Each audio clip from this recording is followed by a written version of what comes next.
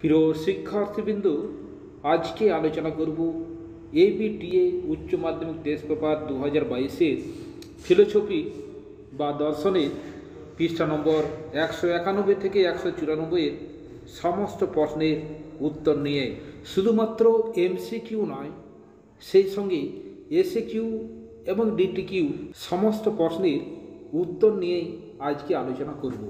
প্রথমে আলোচনা করব পার্ট এর ডিটিকিউ বা ডেসক্রিপটিভ টাইপ কোশ্চেন নিয়ে। প্রশ্ন 1-এ, বচন বলতে কী বোঝো? গৌণ পরিমাণ অনুযায়ী নিরপেক্ষ বচনের শ্রেণী বিভাগ করো। যা সত্য বা মিথ্যা হয় তাই বচন। যেমন সকল গেম হয় আকর্ষণীয় হলো একটি বচন। গৌণ পরিমাণ অনুযায়ী নিরপেক্ষ বচনকে 4 ভাগে ভাগ করা যায়। 1 নম্বর, সামান্য সদর্থক বা এ বচন, সামান্য নগর্থক বা ই বচন, বিশেষ সদর্থক বা আই বচন এবং বিশেষ নগর্থক বা ও বচন। তোমরা এই 4 প্রকার বচনকে একটু ব্যাখ্যা করে নেবে। যেমন প্রথমে এ বচন কি? যে বচনের বিধেয় পদ উদ্দেশ্য পদের সমগ্র অংশকে স্বীকার করে তাকে এ বচন বা সামান্য সদর্থক বচন বলে। যেমন সকল কবি হয় ভাবুক। এখানে বিধেয় পদ উদ্দেশ্য পদের সমগ্র অংশকে স্বীকার করায় বচনটি এ বচন। প্রশ্ন এর অথবা নিচের বাক্যগুলিকে তর্কবিদ্যা সম্মত বচনে রূপান্তর করো এবং কোন কোন পদ বাপ্য এবং অবাপ্য উল্লেখ করো। 1 নম্বর, কেবলমাত্র স্নাতকরাই এই পদের যোগ্য। এর বচন হবে এ বচন। সকল এই পদের যোগ্য ব্যক্তি হয় স্নাতক। বাপ্য উদ্দেশ্যপদ এবং অবাপ্য বিধেয় পদ। 2 নম্বর, সব সাপ বিষধর নয়। এটি ও বচন হবে। কোনো কোনো সাপ নয় বিষধর। এখানে বিধেয় পদ বাপ্য, উদ্দেশ্যপদ অবাপ্য। 3 নম্বর, কেউই কাজটি করতে পারেনি। এটি ই বচন হবে। কোনো ব্যক্তি নয় এমন যে কাজটি করতে পারে। এখানে উদ্দেশ্য এবং বিধেয় পদ বাপ্য। অবাপ্য এখানে কোনো পদ নেই। 4 নম্বর, দার্শনিক ব্যতীত কেউ জ্ঞানী নয়। এটি এ বচন হবে। সকল জ্ঞানী ব্যক্তি হয় দার্শনিক। এখানে উদ্দেশ্যপদ বাপ্য, বিধেয় পদ অবাপ্য। প্রশ্ন 1-বি, আবর্তন কাকে বলে? উদাহরণসহ আবর্তনের নিয়মগুলি ব্যাখ্যা করো। এ বচনের সরল আবর্তন কি সম্ভব? যে অমাধ্যম অনুমানে যুক্তিবাক্যের উদ্দেশ্য এবং বিধেয় পদ সিদ্ধান্তে যথাক্রমে বিধেয় এবং উদ্দেশ্য পদ করা হয় এবং গুণ অপরিবর্তিত থাকে, তাকে আবর্তন বলে। আবর্তনের নিয়ম। 1 নম্বর, যুক্তিবাক্যের উদ্দেশ্য পদ সিদ্ধান্তের বিধেয় হবে। 2 নম্বর, যুক্তিবাক্যের বিধেয় পদ সিদ্ধান্তের উদ্দেশ্য হবে। 3 নম্বর, যুক্তিবাক্য এবং সিদ্ধান্তের গুণ অভিন্ন হবে। 4 নম্বর, যে পদ যুক্তিবাক্যে বাপ্য নয় সেই পদ সিদ্ধান্তে বাপ্য হবে না। যেমন সকল পরীক্ষা হয় উদ্বেগের। এর আবর্তন করলে আবর্তিত বচন হবে আই বচন। কোনো কোনো উদ্বেগের বিষয় হয় পরীক্ষা। এখানে যুক্তিবাক্যের উদ্দেশ্য পদ পরীক্ষা সিদ্ধান্তে বিধেয় হয়েছে এবং যুক্তিবাক্যের বিধেয় পদ সিদ্ধান্তের উদ্দেশ্য হয়েছে। যুক্তিবাক্য এবং সিদ্ধান্তের গুণ একই আছে এবং যে পদ যুক্তিবাক্যে বাপ্য নয় সেই পদ সিদ্ধান্তে বাপ্য হয়নি। এইভাবে যে কোনো বচনের আবর্তন করা। প্রশ্নের শেষাংশ, এ বচনের সম আবর্তন কি সম্ভব? সাধারণভাবে এ বচনের সম আবর্তন সম্ভব নয়, কারণ এ বচনের সম আবর্তন করলেই আবর্তনের বাপ্যতার নিয়মটি লঙ্ঘিত হয়। যেমন সকল চার্বাক হয় জড়বাদী, অতএব সকল জড়বাদী হয় চার্বাক। উক্ত উদাহরণে যুক্তিবাক্যের বিধেয় পদ জড়বাদী বাপ্য নয়, কিন্তু সিদ্ধান্তে এ বচনের উদ্দেশ্যের জায়গায় থাকায় বাপ্য হয়েছে, ফলে বাপ্যতার নিয়মটি লঙ্ঘিত হয়েছে। তাই এ বচনের সম আবর্তন সম্ভব নয়, কিন্তু বিশেষ কিছু ক্ষেত্রে এ বচনের সম আবর্তন সম্ভব। যেমন 1 নম্বর, যদি কোনো এ বচনের বিধেয় পদ উদ্দেশ্য পদের সংজ্ঞা দেয় তাহলে সেই এ বচনের সম আবর্তন সম্ভব। যেমন এ বচন সকল মানুষ হয় মনুষ্যত্ব সম্পন্ন জীব, অতএব সকল মনুষ্যত্ব সম্পন্ন জীব হয় মানুষ। 2 নম্বর, যদি কোনো এ বচনের উদ্দেশ্য এবং বিধেয় পদ পরস্পর সমার্থক হয় তাহলে সেই এ বচনের সম আবর্তন সম্ভব। যেমন সকল গাছ হয় উদ্ভিদ, অতএব সকল উদ্ভিদ হয় গাছ। 3 নম্বর, যদি কোনো এ বচনের উদ্দেশ্য এবং বিধেয় পদ বিশিষ্ট পদ হয় তাহলে সেই এ বচনের সম আবর্তন সম্ভব। যেমন হিমালয় হয় পৃথিবীর সর্বোচ্চ পর্বত, অতএব পৃথিবীর সর্বোচ্চ পর্বত হয় হিমালয়। উক্ত 3টি ক্ষেত্রে এ বচনের সম আবর্তন সম্ভব। প্রশ্ন অথবা নিচের বাক্যগুলিকে আবর্তন ও বিবর্তন করো। 1 নম্বর, শিশুরা ছাড়া কেউ সরল, এর বাচনিক রূপ হবে এ বচন, সকল সরল ব্যক্তি হয় শিশু। আবর্তন, কোনো কোনো শিশু হয় সরল। বিবর্তন, ই বচন, কোনো সরল ব্যক্তি নয় অশিশু। 2 নম্বর, মানুষ কদাচিৎ সুখী, এটি ও বচন হবে, কোনো কোনো মানুষ নয় সুখী। আবর্তন, ও বচনের বৈধ আবর্তন সম্ভব নয়। বিবর্তন, আই বচন, কোনো কোনো মানুষ হয় অসুখী। 3 নম্বর, নিরামিষাশী বাঘ নেই, এর বাচনিক রূপ হবে ই বচন, কোনো বাঘ নয় নিরামিষাশী। আবর্তন, কোনো নিরামিষাশী জীব নয় বাঘ। বিবর্তন, সকল বাঘ হয় অনিরামিষাশী। 4 নম্বর, মানুষ সাধারণত সত্যনিষ্ঠ, এটি আই বচন হবে, কোনো কোনো মানুষ হয় সত্যনিষ্ঠ। আবর্তন, কোনো কোনো সত্যনিষ্ঠ ব্যক্তি হয় মানুষ। বিবর্তন, কোনো কোনো মানুষ নয় অসত্যনিষ্ঠ। প্রশ্ন সি, নিম্নলিখিত যুক্তিগুলিকে আদর্শ আকারে পরিণত করে তাদের মূর্তি এবং সংস্থান উল্লেখ করো এবং বৈধতা বিচার করো।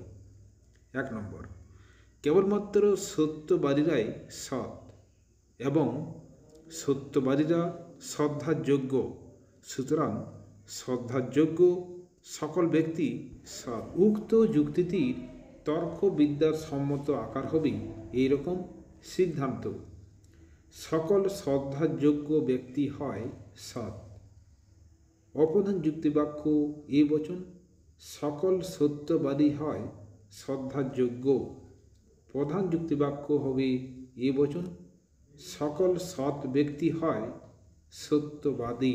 বিচার: প্রদত্ত যুক্তিটি অবৈধ হয়েছে, এখানে নিরপেক্ষ ন্যায়ের একটি নিয়মকে লঙ্ঘন করেছে।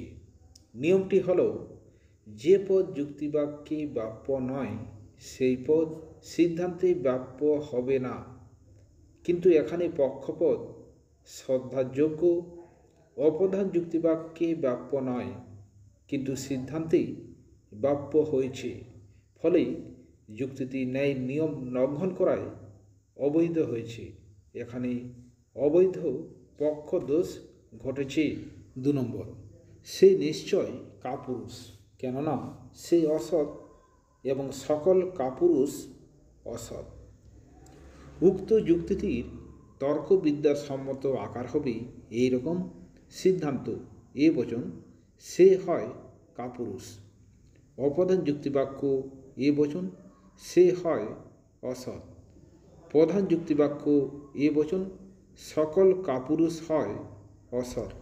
বিচার: উক্ত যুক্তিটি অবৈধ হয়েছে, এখানে নিরপেক্ষ ন্যায়ের একটি নিয়মকে লঙ্ঘন করেছে।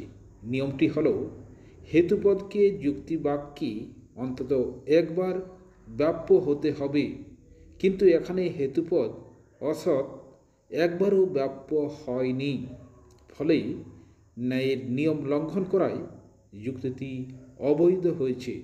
এখানে অব্যাপ্য হেতুদোষ ঘটেছে। প্রশ্ন সি এর অথবা। উদাহরণসহ ব্যাখ্যা করো। 4 পদ গঠিত দোষ। 2 নম্বর অবৈধ সাধ্য দোষ। এই প্রশ্নগুলোর উত্তর লেখার জন্য তোমাদের এইভাবে লিখতে হবে, যেমন অবৈধ সাধ্য দোষ। অবৈধ সাধ্য দোষ কী, এটি কেন হয় বা কখন হয়, একটি উদাহরণ এবং তার ব্যাখ্যা। এটি তোমরা নিজেরা বই থেকে একটু করে নেবে। প্রশ্ন 1 ডি। বচনের বিরূপতা বলতে কী বোঝো? বিরূপতার চতুষ্কোণ এর সাহায্যে বিভিন্ন প্রকার বিরূপতা ব্যাখ্যা করো। অ্যান্সার: একই উদ্দেশ্য এবং একই বিধেয়পদ বিশিষ্ট দুটি বচনের মধ্যে গুণ কিংবা পরিমাণ কিংবা গুণ ও পরিমাণের পার্থক্য থাকলে বচন দুটির পারস্পরিক সম্বন্ধকে বচনের বিরূপতা বলে। বচনের বিরূপতাকে বর্গক্ষেত্রের বাহু এবং কর্ণের সাহায্যে পাশের চিত্রে দেখানো হয়েছে। এ এবং ই বচনের মধ্যে হয় বিপরীত বিরোধিতা বা বিপরীত বিরূপতা। আই এবং ও বচনের মধ্যে হয় অধীন বিপরীত বিরূপতা। এ আই এবং ই ও বচনের মধ্যে অসম বিরোধিতা। এবং বর্গক্ষেত্রের কর্ণের সাহায্যে অর্থাৎ এ ও এবং ই আই, এই দুই প্রকার বচনের সাহায্যে বিরুদ্ধ বিরোধিতাকে দেখানো হয়েছে। প্রশ্ন দিয়ে অথবা। শূন্যস্থান পূরণ করো। যদি এ বচন সত্য হয় তবে আই এবং ই বচনের সত্য মূল্য কী হবে? আই বচন সত্য হবে, ই বচন মিথ্যা হবে। যদি ই বচন মিথ্যা হয় তবে এ বচন অনিশ্চিত এবং ও বচন অনিশ্চিত হবে। 3 নম্বর, যদি আই বচন মিথ্যা হয় তবে এ বচন মিথ্যা এবং ও বচন সত্য হবে। 4 নম্বর, যদি ও বচন সত্য হয় তবে ই বচন অনিশ্চিত এবং এ বচন মিথ্যা হবে। প্রশ্ন ই। মিলের অন্যই পদ্ধতি আলোচনা করো। সংজ্ঞা, আকার, দৃষ্টান্ত, সুবিধা এবং অসুবিধা দুটি করে। এটি কমন কোশ্চেন। এর উত্তর তোমরা বই থেকে পেয়ে যাবে। এখানে আলোচনা করলে ভিডিওটি অনেক লম্বা হয়ে যাবে। এর অথবা। উত্তাপ যত বাড়ে পারস্তম্ভের উচ্চতা তত বাড়ে। উত্তাপ যত কমে পারস্তম্ভের উচ্চতা তত কমে। অতএব উত্তাপ বৃদ্ধি হল পারস্তম্ভের উচ্চতা বৃদ্ধির কারণ। উপরের দৃষ্টান্তে মিলের কোন পদ্ধতি অনুসরণ করা হয়েছে? পদ্ধতিটি ব্যাখ্যা করো। চিহ্নিতকরণ, সংজ্ঞা, আকার, সুবিধা এবং অসুবিধা দুটো করে। এটিও কমন কোশ্চেন। এখানে সহপরিবর্তন পদ্ধতি প্রয়োগ করা হয়েছে। তোমরা বইটি একটু দেখে নেবে। এরপর পার্ট বি এর এমসিকিউ নিয়ে আলোচনা করব। প্রশ্ন 1, যদি সোহম মোবাইল কিনে তাহলে অভিপ্সা সাইকেল কিনবে। এটি হলো একটি কি বচন? এটি প্রাকল্পিক বচন। 2 নম্বর, যুক্তি হলো ভাষায় প্রকাশিত অনুমান, অপশান বি। 2 নম্বর, আরোহ যুক্তির সিদ্ধান্ত হলো সম্ভাব্য, অপশান বি। 4 নম্বর, লোগস শব্দের অর্থ হলো চিন্তা, অপশান বি। প্রশ্ন 5, আদর্শ নিরপেক্ষ বচনের অংশ কয়টি? অংশ 4টি।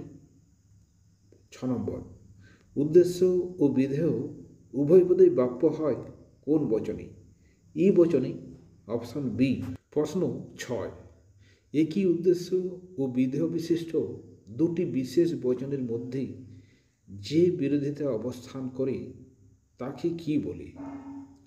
অধীন বিপরীত বিরোধিতা, অপশান সি। প্রশ্ন 8, ফিলাপটন মূর্তিটি বৈধ হয় কোন সংস্থানে? তৃতীয় সংস্থানে, অপশান সি। প্রশ্ন 9, নিরপেক্ষ ন্যায়ের যে সংস্থানে হেতুপদ উভয়াশ্রয় বাক্যে বিধেয় হিসাবে থাকে তা হল দ্বিতীয় সংস্থান, অপশান বি। প্রশ্ন 10, বৈধ অবরোহ যুক্তির সিদ্ধান্ত সত্য হতে পারে, আবার মিথ্যাও হতে পারে। এই বিবৃতিটি কি হবে? সত্য হবে অপশন এ। প্রশ্ন 11, বৈধতার প্রশ্নটি জড়িত হল যুক্তির সঙ্গে নাকি সিদ্ধান্তের সঙ্গে?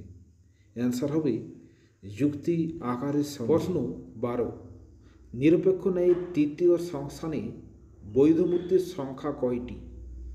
বৈধ মূর্তির সংখ্যা হল 6টি। প্রশ্ন 13, কোনটি প্রত্যেক সংস্থানেই বৈধ হয়? EIO option D.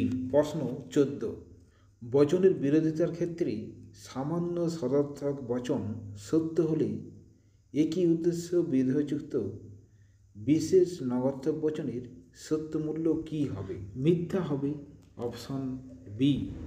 প্রশ্ন 15, অবৈজ্ঞানিক আরোহ অনুমানের অপর নাম হল অপূর্ণ গণনামূলক আরোহ অনুমান অপশন বি। প্রশ্ন 16, আরোহ অনুমানের সমস্যাটি হল সামান্যীকরণ অপশন ডি। প্রশ্ন 16, লৌকিক আরোহকে শিশু সুলভ কে বলেছেন? বেকন বলেছেন অপশন ডি। প্রশ্ন 17, আরোহ যুক্তির বৈশিষ্ট্যসূচক একটি ধর্ম হল এই অনুমানের সিদ্ধান্ত আশ্রয় বাক্যকে অতিক্রম করে যায় অপশন বি। প্রশ্ন 19, অপ্রাসঙ্গিক সাদৃশ্যের উপর ভিত্তি করে গড়ে ওঠা যুক্তি হল কি হবে? অ্যান্সার মন্দ উপমা যুক্তি অপশন সি। প্রশ্ন 20, আরোহ অনুমানের বস্তুগত ভিত্তি কি? বস্তুগত ভিত্তি হল পর্যবেক্ষণ এবং পরীক্ষা। 21, নিম্নোক্ত সাংকেতিক দৃষ্টান্তের ক্ষেত্রে মিলে যে পরীক্ষামূলক পদ্ধতি ব্যবহার করা হয়েছে তা হল অন্বয়ী পদ্ধতি অপশন এ। প্রশ্ন 22, দ্বৈত অন্বয়ী পদ্ধতি হল কোনটি? যুগ্ম পদ্ধতি অপশন বি। প্রশ্ন 23, যে যুক্তিবিজ্ঞানী পরীক্ষামূলক আরোহী পদ্ধতির প্রবর্তন করেন তিনি হলেন অপশন সি, জন স্টুয়ার্ট মিল। প্রশ্ন 24, যে পরীক্ষামূলক পদ্ধতি থেকে কাকতালীয় দোষ হয় সেটি হল ব্যতিরেকী পদ্ধতি অপশন ডি। এরপর এসএকিউ প্রশ্ন নিয়ে আলোচনা করব। 1 নম্বর, যুক্তি কাকে বলে? যুক্তি হলো কতগুলো বচনের সমষ্টি যেখানে একটি বচনের সত্যতা অন্য বচনগুলির সত্যতার উপর নির্ভরশীল। অথবা অনুমান কাকে বলে? অনুমান হলো এক প্রকার মানসিক প্রক্রিয়া যেখানে জ্ঞাত সত্য থেকে অজ্ঞাত সত্যে উপনীত হওয়া যায়। প্রশ্ন 2, অমাধ্যম অনুমান কাকে বলে? যে অনুমানে একটিমাত্র যুক্তিবাক্য থেকে সিদ্ধান্ত সরাসরি নিশ্চিত হয় তাকে অমাধ্যম অনুমান বলে। 3 নম্বর, বৈকল্পিক বচনের অন্তর্গত সরল বচনগুলিকে কি বলে? বিকল্প বা নিরপেক্ষ বচন। প্রশ্ন 4, সীমিত আবর্তন কাকে বলে? যে আবর্তনে যুক্তিবাক্য এবং সিদ্ধান্তের পরিমাণ অসমান তাকে সীমিত আবর্তন বলে। অথবা আবর্তন করো কেবলমাত্র অবিবাহিত পুরুষরাই কুমার, এর বচন হবে এ বচন সকল কুমার হয় অবিবাহিত পুরুষ। আবর্তন এ বচন সকল অবিবাহিত পুরুষ হয় কুমার। এখানে উদ্দেশ্য এবং বিধেয়পদ সমব্যাপক হওয়ায় এ বচনের সম আবর্তন হয়েছে।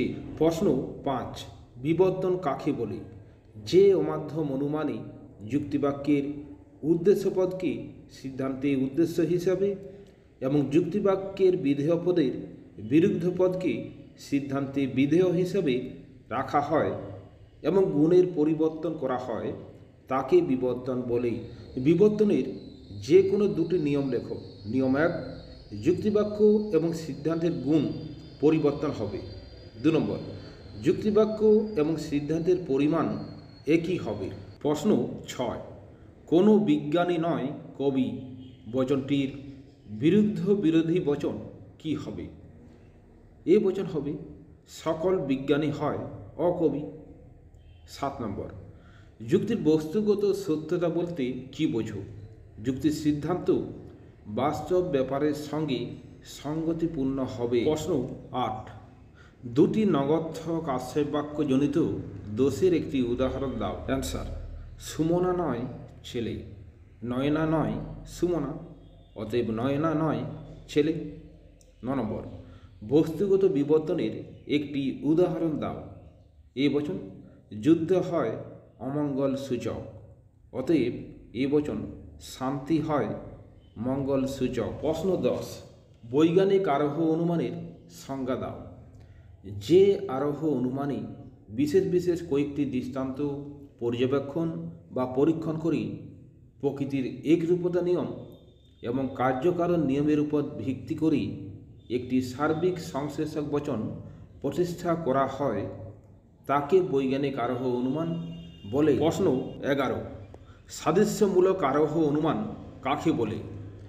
দুটি বস্তুর মধ্যে কয়েকটি বিষয়ে সাদৃশ্য লক্ষ্য করে তারই ভিত্তিতে যখন সেই দুটি বিষয়ের মধ্যে অপর কোনো সাদৃশ্যের অস্তিত্ব অনুমান করা হয় তাকে উপমা যুক্তি বা সাদৃশ্যমূলক আরোহ অনুমান বলে। অথবা ভালো উপমা যুক্তির একটি দৃষ্টান্ত দাও।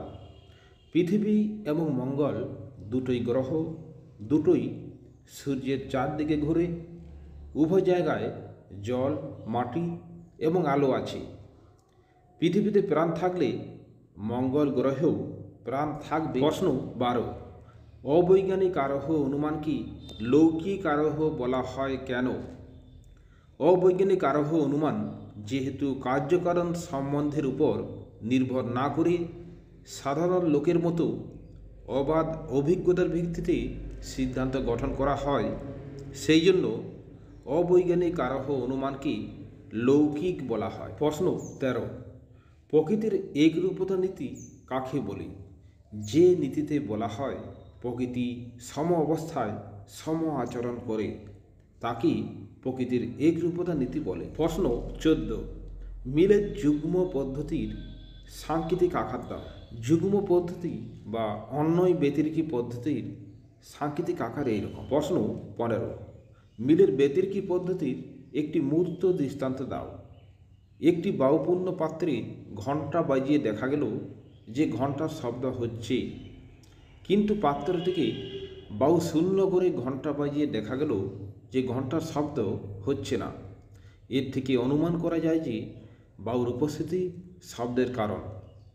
প্রশ্ন 16, অপসারণের প্রথম সূত্রটি উল্লেখ করো। পূর্বগামী ঘটনার যে অংশকে বাদ দিলে কার্যের কোনো হানি হয় না সেই অংশটি কখনো কারণ বা কারণের অংশ হতে পারে না। প্রশ্ন 16 অথবা আরোহমূলক লাভ কি?